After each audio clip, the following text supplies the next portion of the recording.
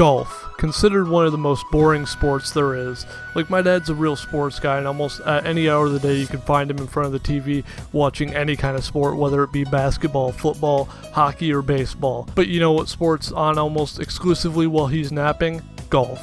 However, despite all that, I would have to say that golf is probably one of my favorite sports, because as a kid I tried almost all the sports there are and none of them really stuck with me because I was this sensitive ass baby boy and I just really hated how heated and intense people would get over sports. Like, I once saw two full grown men get into a fist fight because one of them was yelling very violently at his son for not performing his best as a pitcher, and the other guy's like, nah dude, you can't be yelling at your kid like that. And I was like, yo, y'all gotta leave, because I came here to catch some balls and not catch some hands. Golf, on the other hand, is the complete opposite. No one's yelling, nobody's getting mad, and if you're eating shit, you're the only one that has any right to feel any way about that. And honestly, sometimes it's kind of just funny to watch your friends mess up.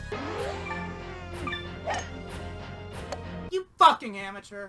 And golf translates into games perfectly. We're talking regular golf, we're talking mini golf, we're talking rhythm-based golf, we're talking puzzle-based golf, and fuck it, even crazy golf. Golf games are great, but there are also plenty of games that were like, fuck it, let's throw a golf minigame in here too, and I love it. It just feels so good to crack open a cold one and kick back with a game of golf, or if you're underage, crack open a cold milk and get milk drunk with the boys as you laugh at each other for landing in the sand pit like Boba Fett, and then losing your minds as you get a hole-in-one. The first game I ever played that had golf in it was Rugrats in Paris on the N64. It was just a bunch of mini golf courses, but it was kind of cool because all the locations are definitely cooler than any real mini golf courses I've ever been to.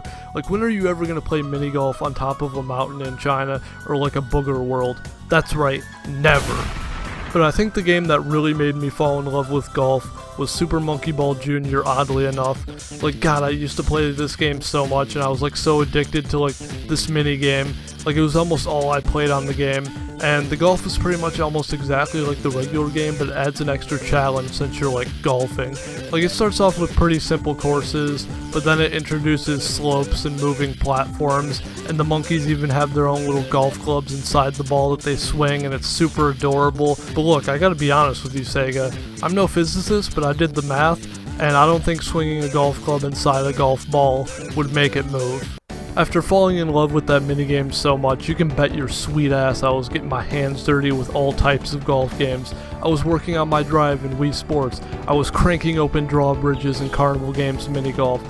I was shit-talking my friends in GTA 5. I was knocking over worms and blowing up sheep in Worms Crazy Golf. I was beating the absolute shit out of my caddies and doing stunts in golf carts in Outlaw Golf, while also all at the same time being confused about what I'm feeling in my pants. Hey, put some clothes on.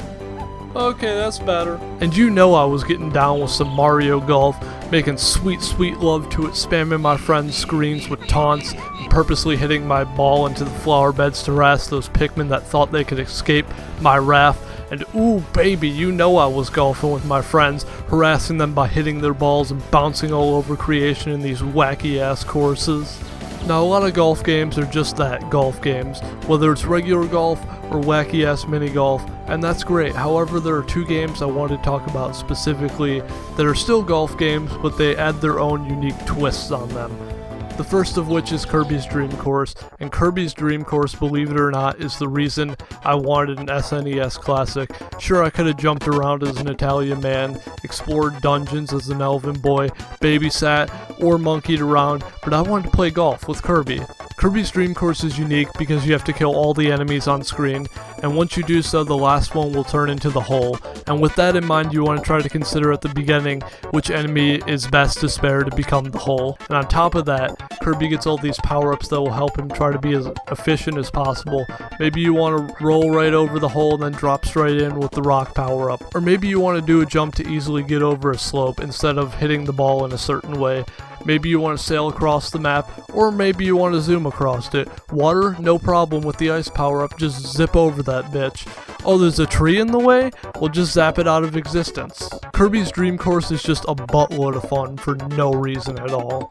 The next game I wanted to talk about is Golf Speak, which is this small little game I found on the Nintendo eShop, and it's pretty much this interesting move-based puzzle game, and at the start of every level you're given several moves that you have to use all of them in order to sink the ball in the hole, and it sounds very simple, and that's because it kind of is, and it kind of just introduces like new obstacles as the game goes on, which makes it harder. Like, of course you have your golf classics like the sand pit that will stop any forward momentum and forces you to use your jump moves to get out of it, water, which is just kind of an out of bounds area, slopes to go up and down, angles to bounce off of, holes to teleport your ball to other ends of the courses, but there are also some unique obstacles like tiles that will jump your ball up a block, death sand pits that will eat your ball, conveyor belts that will move your ball around the map easier, or maybe it'll like screw your ball over, and then there's ice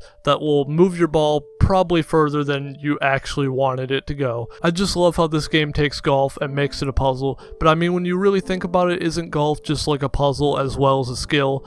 Guys, thank you so much for watching this video, and let me know down in the comment section below if you love golf video games as much as I do, and I will see you next time. Bye bye! Now watch this drive.